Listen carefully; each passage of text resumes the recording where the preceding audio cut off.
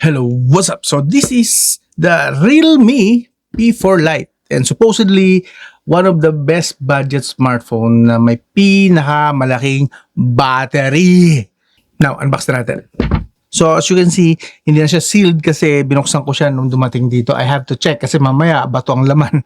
So alam niyo na, always gawin yung kaugalian na kapag bibili kayo ng medyo high value ng konti, more than 200 pesos na. Actually, high value na sa akin pag 200 pesos eh. Pag more than 200 pesos na item, binili nyo sa Shopee, Lazada, videohan nyo, just in case lang, okay? Continue, daldal ko eh. Accessories muna tayo para hindi natin mamaya balikan. See, tingnan nyo dyan, hindi pa yan nagagalaw.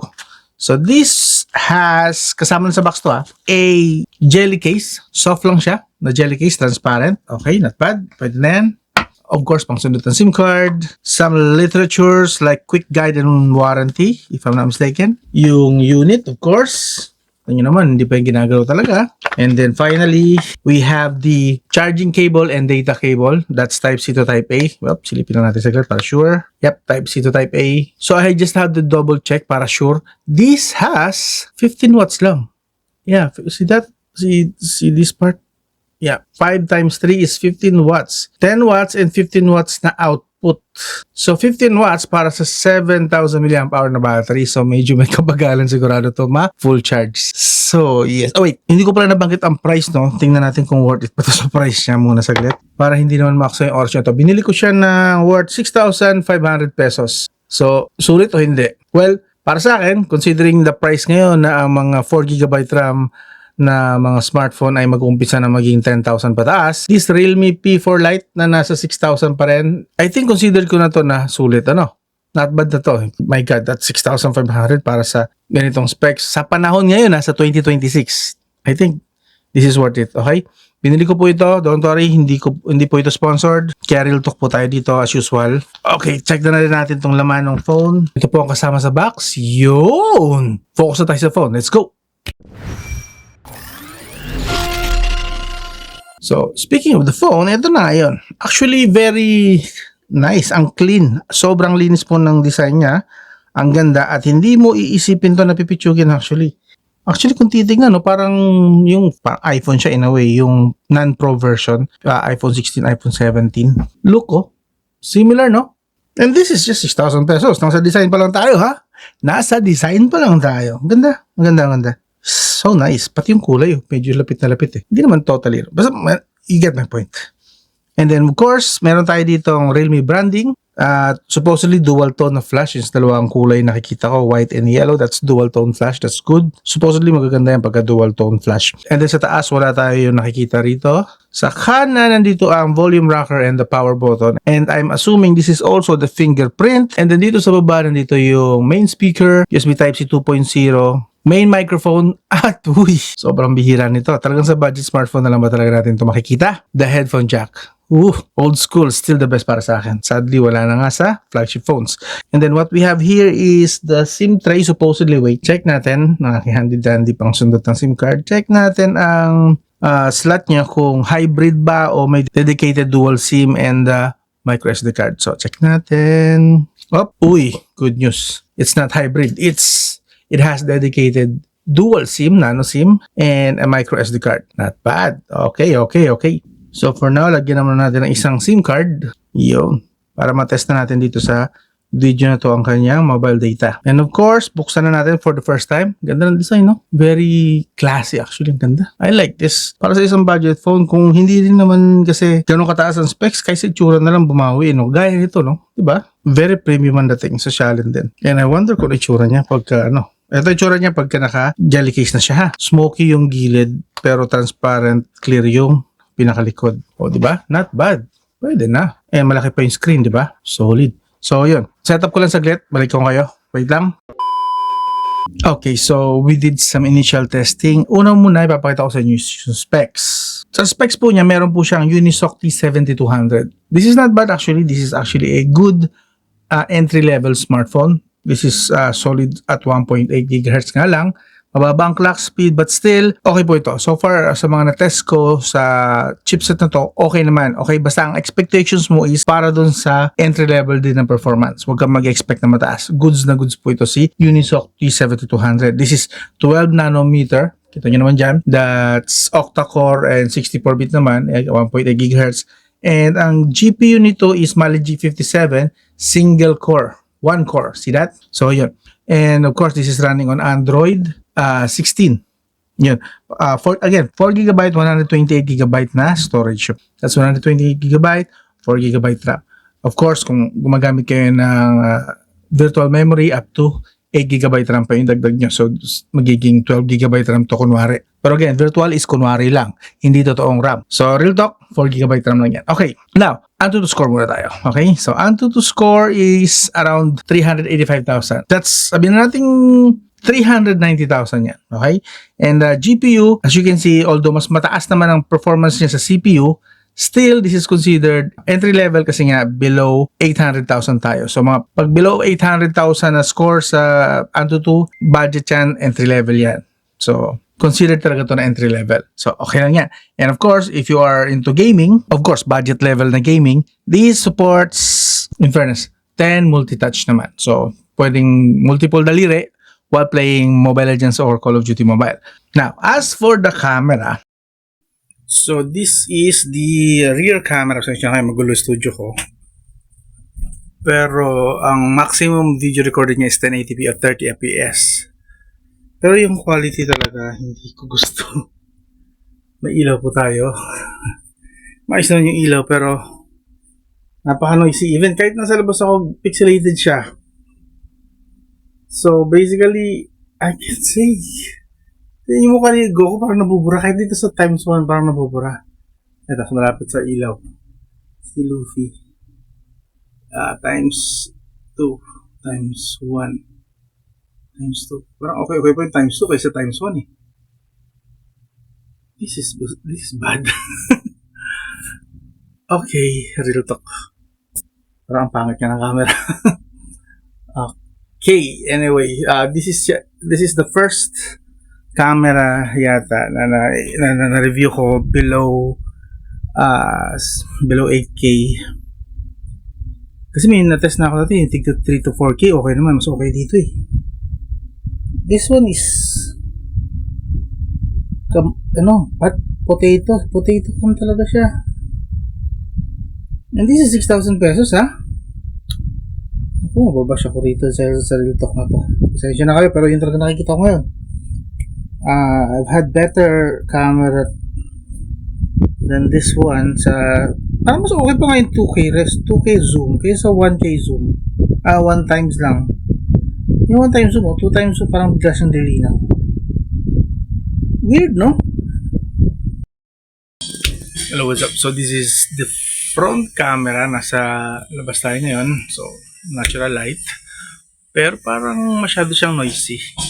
Parang, I don't know, dito sa screen, parang nagpipixelate yung mukha ko. Yeah. Parang ganun dating. Yeah, pixelated. Dito ako sa mas maliwanag na part. Mas maliwanag na yan. Sa screen lang ba to? Anyway, kamusta yung audio? Kamusta yung microphone niya? Kamusta yung I don't know, overall kayo na magbigay ng pangusga. Parang may mali sa front camera niya, no? Parang yung tipong pang 3 to 4 megapixel lang. Ano ba ako? Hopefully sa screen lang to ganito, pero sa actual hindi ganito. Medyo parang nadidismaya ako. But anyway, this is the Realme P4 Lite. Kamusta yung microphone? This supposedly has 13 megapixel main camera po yan. 13 megapixel tapos auxiliary lang yata yung isa or fake, maybe fake. Either auxiliary or fake camera. Pero 13 megapixel po yan.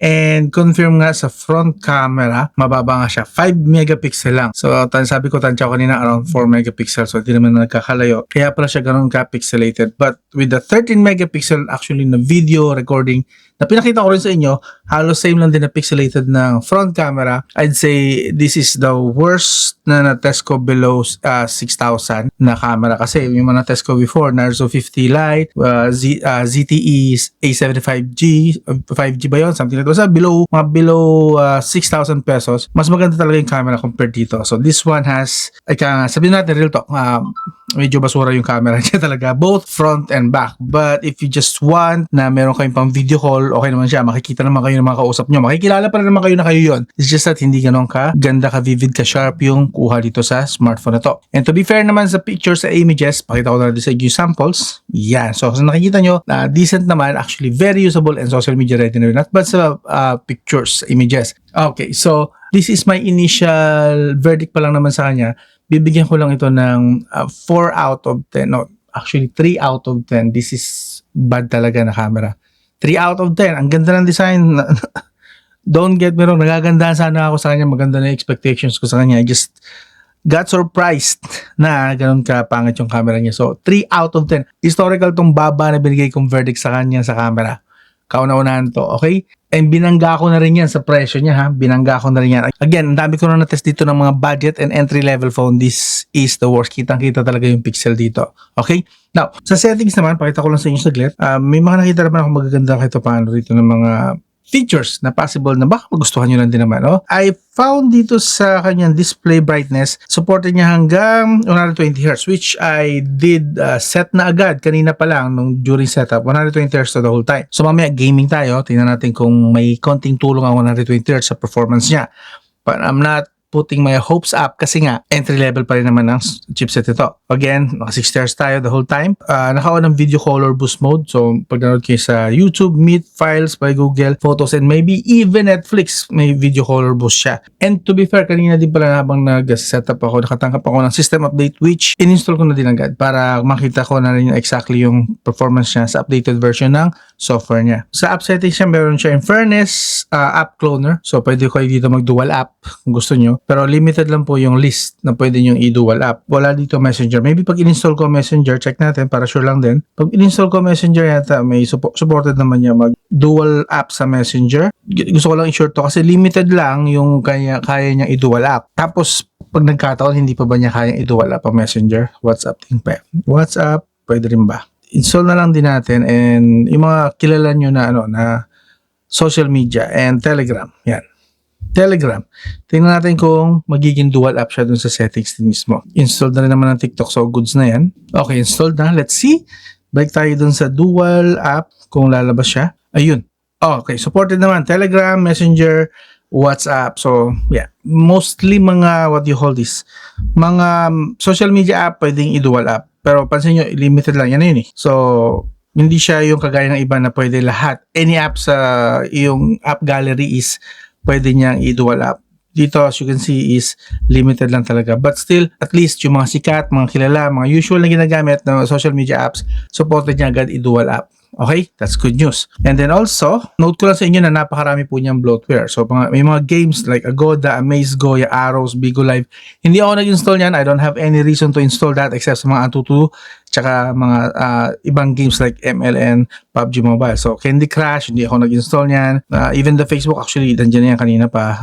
Except sa Messenger, ako nag-install nun. And then yung mga Fitbit, Instagram, hindi rin ako nag-install niyan. Hat Apps, Meet Map, Google Maps sa in fairness. Pero iba, like, what do you call this? Shopee, hindi ako nag-install niyan. Temu, nope, not me. Nandiyan na yan. So, may karamihan din ng konti ang kanyang, what do you call this, mga bloatware. So, just so you know lang. Pero, again, this is entry-level phone and expected na mayroon talaga siya mga ganyan. But now, lipat na tayo sa speed test naman now, okay? So, try muna natin sa ngayon. Off natin yung mobile data. Try muna natin sa 5 GHz Wi-Fi ko rito. Again, remind ko kayo, 5 GHz Wi-Fi ko rito is 800 Mbps. So, sa Wi-Fi muna tayo. Enough ko muna yung mobile data niya. Let's see kung ilan ang Mbps na kaya niyang i-maximize or gamitin dito sa aking Wi-Fi network. So, allow natin lahat. Walang restriction. Lahat allow. Okay? Allow all the time. And continue. Let's go. Again, double check. Wi-Fi naka-on, naka-off ang mobile data, and even the Bluetooth off lahat. So, entry level, I'm expecting around at least 200 Mbps. Or in this case, actually good. 300. This is good. 300 Mbps, okay na okay po yung kanyang speed test sa Wi-Fi. That's 5 GHz Wi-Fi ha. Kasi para ma-maximize talaga yung todong kaya ibigay ng aking ISP dito ng plan. Now, okay na yan. Lipat naman tayo ngayon sa mobile data. Off natin ang Wi-Fi. Mobile data, since this is 4G smartphone, 4G lang ma-expect natin dito na speed. Pero sana at least makalagpas man lang tayo ng 10 Mbps. Pinaka nasasagap lang talaga dito sa loob ng bahay is 10 to 15 Mbps. So supposedly, makuha nyo yun. Pag hindi, ibig sabihin mahina yung sagap ng mobile data niya. Pag maglumagpas siya, ibig sabihin very good. Okay? So now, unang test. Dalawang test ang gagawin natin dito sa mobile data para fair. Para at least makakuha tayo ng maayos-ayos na result. Allow natin yan lahat. Okay, good na agad. So, mas average siya. Tumaas ng konti pa nga actually. Kung makaka-20 to, very good siya actually para sa isang entry-level smartphone. Okay, good. Actually, lumagpas siya ng 15 Mbps. That makes it good para sa akin. Very good. Very good. Medyo baba lang yung upload. Pero still. Okay, very good sa download. Medyo weak sa upload. Okay, that's the first test. Second test, para fair again. Second test, okay? Again, off lahat except mobile data. Now, let's try again.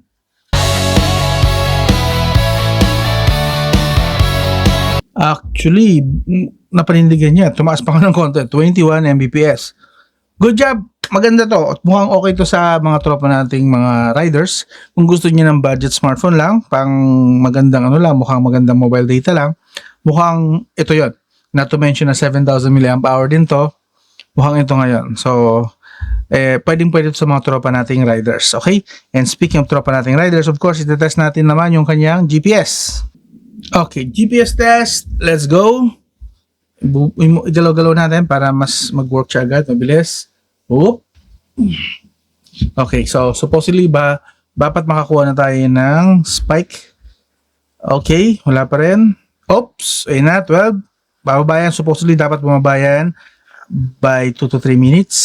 Dapat bumaba siya by 2 to 5 meters at least. Okay, bumaba pa. Sige, hintayin lang natin hanggang sa makuha niya yung tamang, yung pinakakaya niya accuracy. So far, nakikita natin, bumaba pa. Okay, may pag-asa pa. 8. Let's go. Go 5. Go down sa 5 para 5 meters lang accuracy, which is solid na yun pag nakakuha tayo ng 5.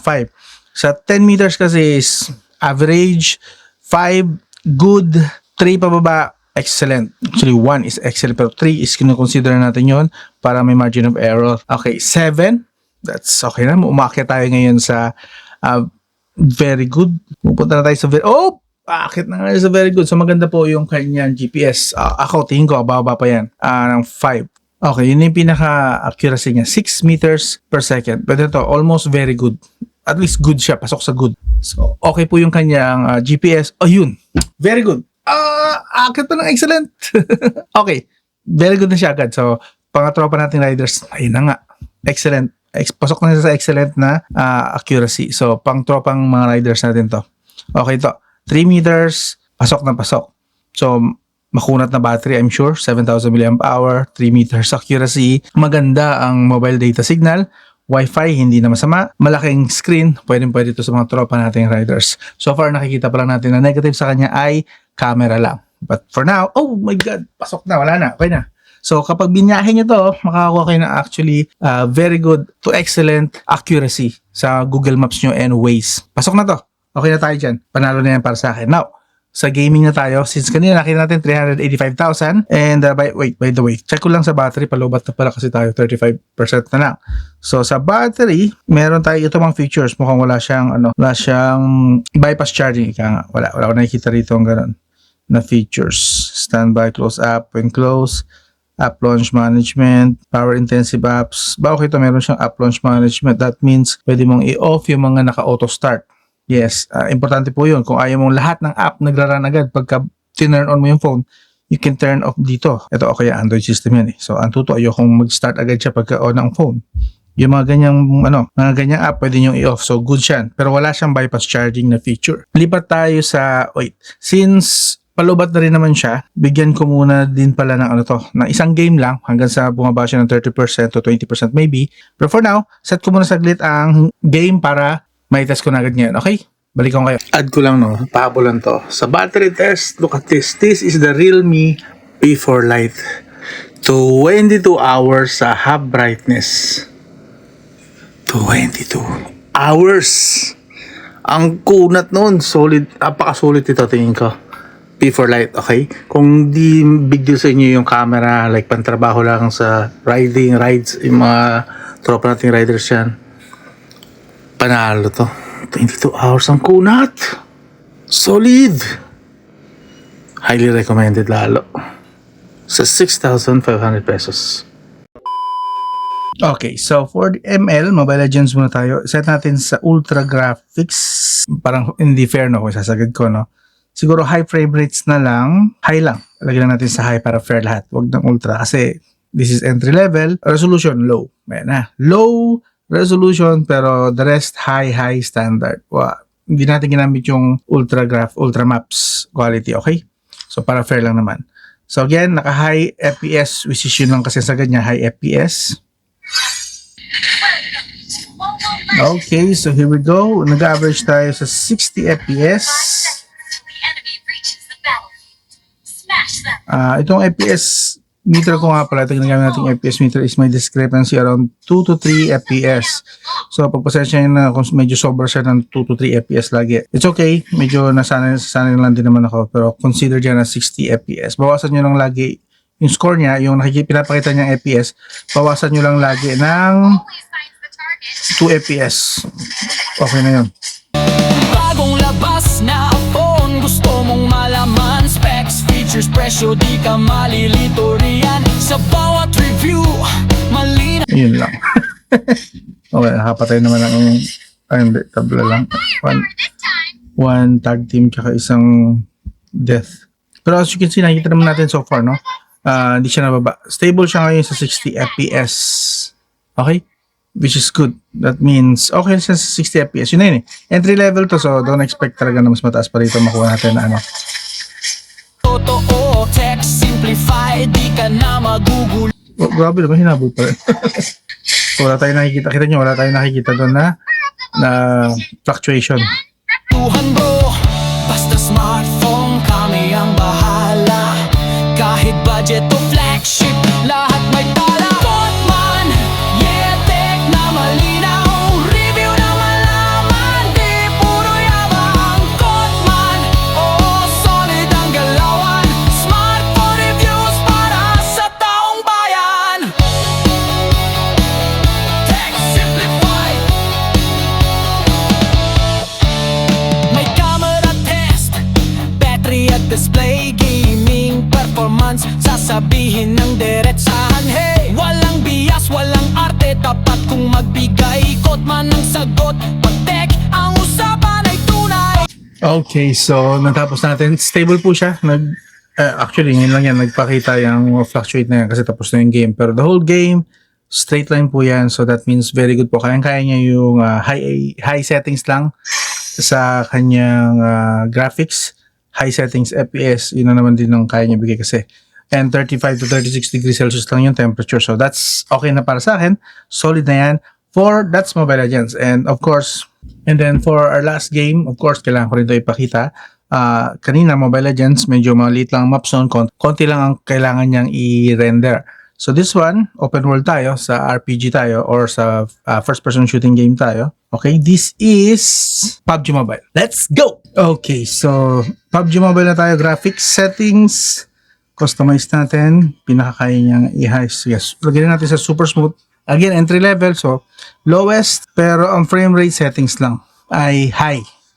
Okay, so okay na siguro yan. And then of course gusto ko ng colorful vivid. Apply, and here we go. High FPS lang. Wala mo gagawa. Yun na yung pinaka-max na kaya nyo bigay. Kahit na smooth settings or smooth graphics lang yung pinili natin. But still, let's expect at least kahit paano stable sana siya sa 30 FPS if suswertihin. So, pag okay naman, so I think pwede na siya, acceptable na siya for ika nga ay entry-level gaming. Entry-level, that's the word. For now, nakakuha tayo ng 30 FPS pero bumababa ng 28, 29. So far playable siya pero mamaya mas maganda kung makita natin sa open maps na. Yung malaki-laking maps, ika nga. Para talaga mahirapan siya. Pinaka lowest siguro natin makukuha rito. Tingin ko lang mga 24 FPS is fluctuation. 24-25 FPS papuntang 30 FPS. Okay, let's go.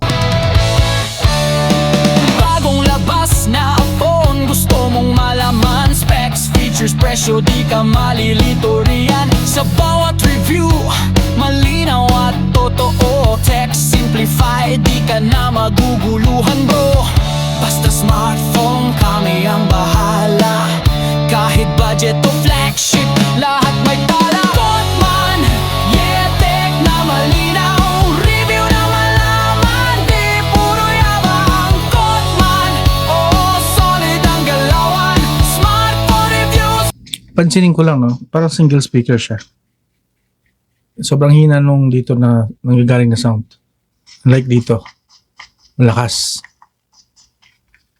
So, parang halos wala na rito eh. So, single speaker siya. Pero sobrang hina talaga. Hindi ko siya pwedeng i-consider na, na maasahan na speaker in case na parating sa kaliwa. So, medyo mahirap ma-detect dito yung kaliwat kanan. Mamaya pag may kalaban. May tao na dito galing.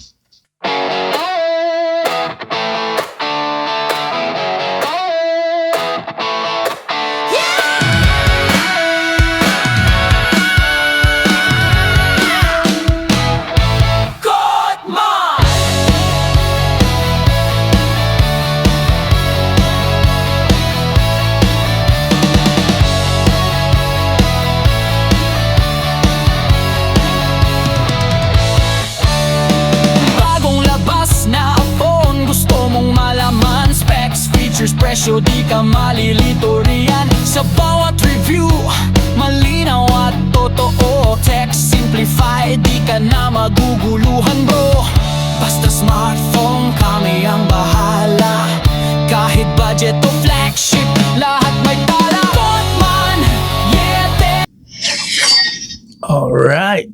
So, nakakuha tayo ng chicken dinner pero goods. Actually, okay sa kanya to. Sa binigay niyang performance, actually, pwede pala natin itaas yung graphics. Pero FPS, talaga nakastack tayo sa 30 FPS since nakita nyo naman kanina, di ba?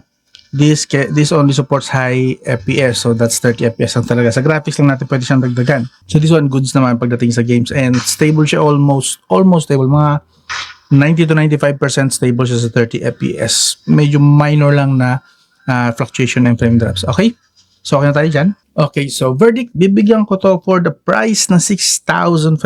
Tama ba ito? Balikan ko lang ha. Yep, nabili ko siya ng 6,500. For the price of 6,500, I think sulit ito. Okay na rin naman to. Sa camera lang, wala. Ngayon, kung importante sa iyo ang camera, this is not the best choice. But in terms of, what do you call this?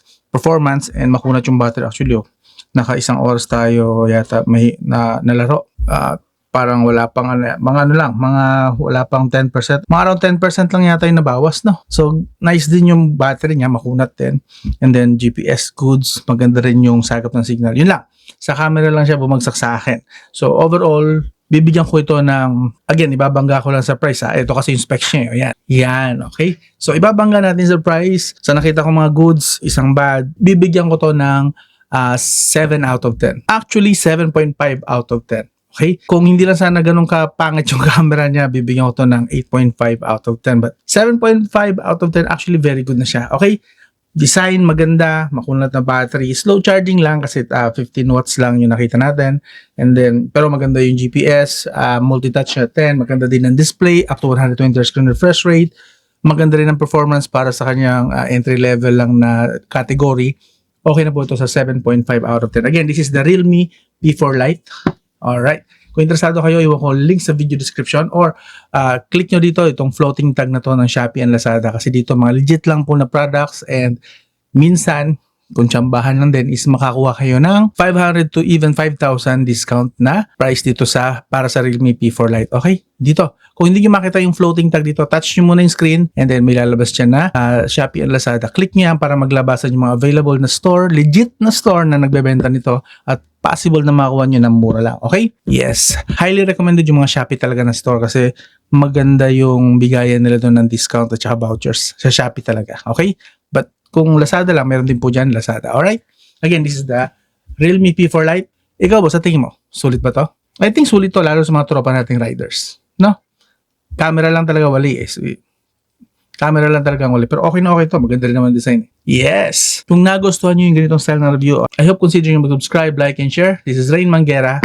I'll talk to you again soon. Boss, atin natin lang to. Subscribe ka na. Hindi kayo magkakalat. Boss, atin natin lang to. Mag-subscribe ka na. Hindi kayo pagkakalat. Promise.